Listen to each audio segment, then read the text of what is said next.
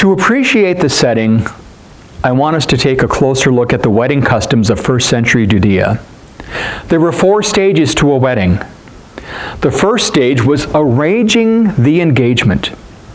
Often the father of a bride would seek out a suitable groom, but sometimes the eligible groom would seek out his bride.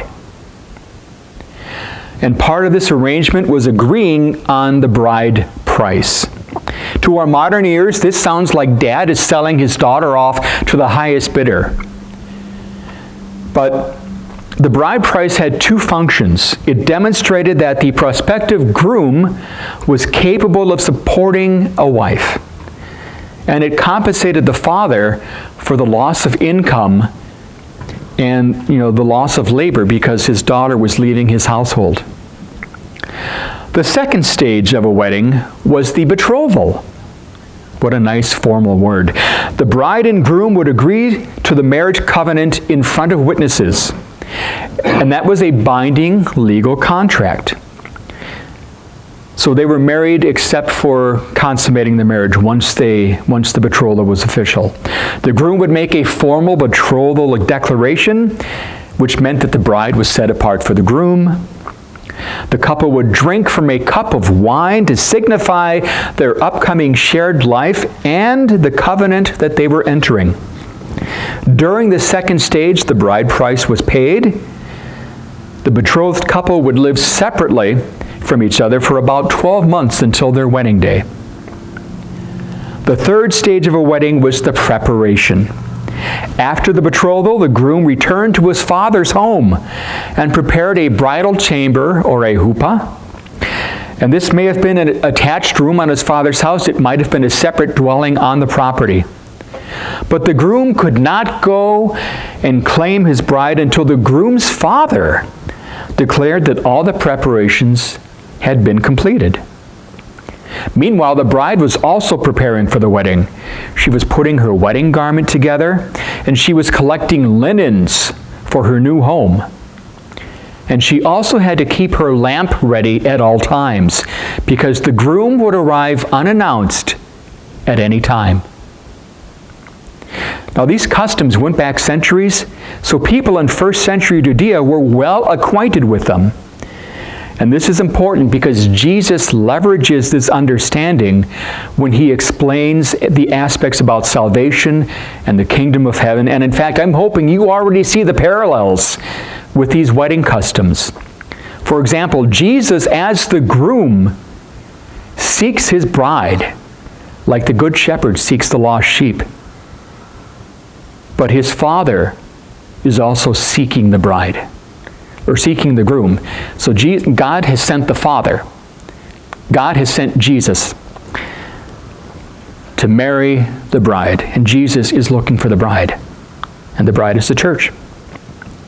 In Matthew 26, verse 29, during the Last Supper, Jesus told his disciples that he would not drink from this cup again until that day when he drank it new with them in his Father's kingdom.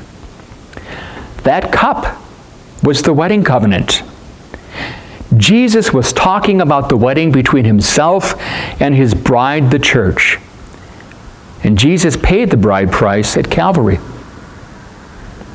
In John 14, verse 2, also during the Last Supper, Jesus said he was going to his Father's house to prepare a place for his disciples. In Matthew 24, verse 36, after his triumphant entry into Jerusalem, but prior to his crucifixion, Jesus said only his Father knew the time when he would return. Preparations had to be completed first. The parable of the 10 bridesmaids in Matthew chapter 25, verses 1 to 13, that points to the importance of staying ready for the groom's arrival. So we've talked about the first 3 stages of a wedding: the engagement, the betrothal, and the preparation. The 4th stage is the wedding ceremony itself and the wedding celebration. When all the necessary preparations had been completed and the father of the groom says, "Yes, you may go claim your bride," the groom would set out with his friends to the bride's house. This often happened at night. It was always supposed to be a surprise. The groom's arrival was announced either by blowing a shofar or by shouting, "Behold the bridegroom!" At this point, the groom claimed his bride. He would grab her and pick her up.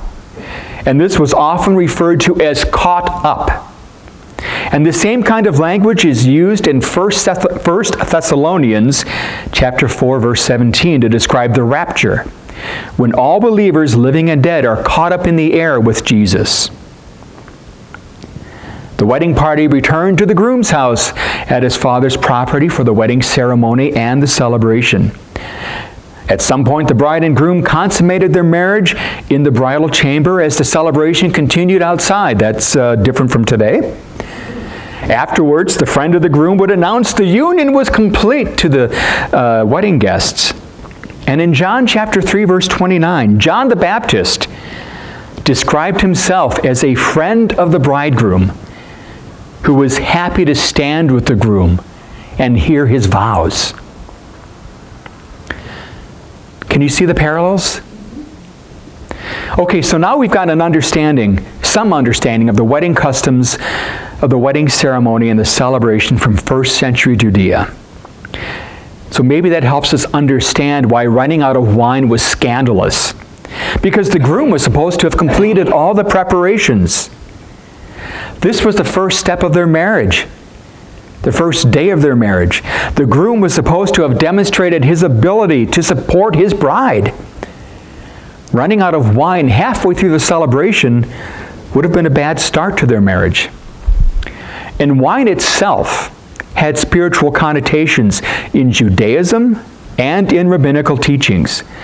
Vineyards which produced the grapes which were used to make the wine, vineyards represented Israel. In Psalm 104, verse 15, wine is associated with joy. Not drunken happiness, but joy. According to the Talmud, which is the collection of rabbinic teaching and considered second in authority only to the Torah, you need a glass of blessing, which is a goblet of wine, in your hand to properly give thanks to God. So wine was important. Wine was sacred. Wine was drawn from the heart of the grape. And this process was considered a metaphor for diligent learning, pressing out wisdom and understanding from its source. And to be considered worthy of being spiritual food for the people of Israel, rabbis had to complete that process of drawing knowledge from the heart of the Torah. And as I said, Jesus didn't come as a military leader. He didn't come as an earthly king. He came as a rabbi. Verse 4 is a clear delineation that Mary's relationship with Jesus had necessarily changed. Jesus referred to Mary as dear woman. He doesn't say mom. He doesn't say mother. Jesus was making it clear in a loving manner that her parental authority over him had come to an end. However, throughout his public ministry, Jesus also makes it clear that he remained under the authority of Father God.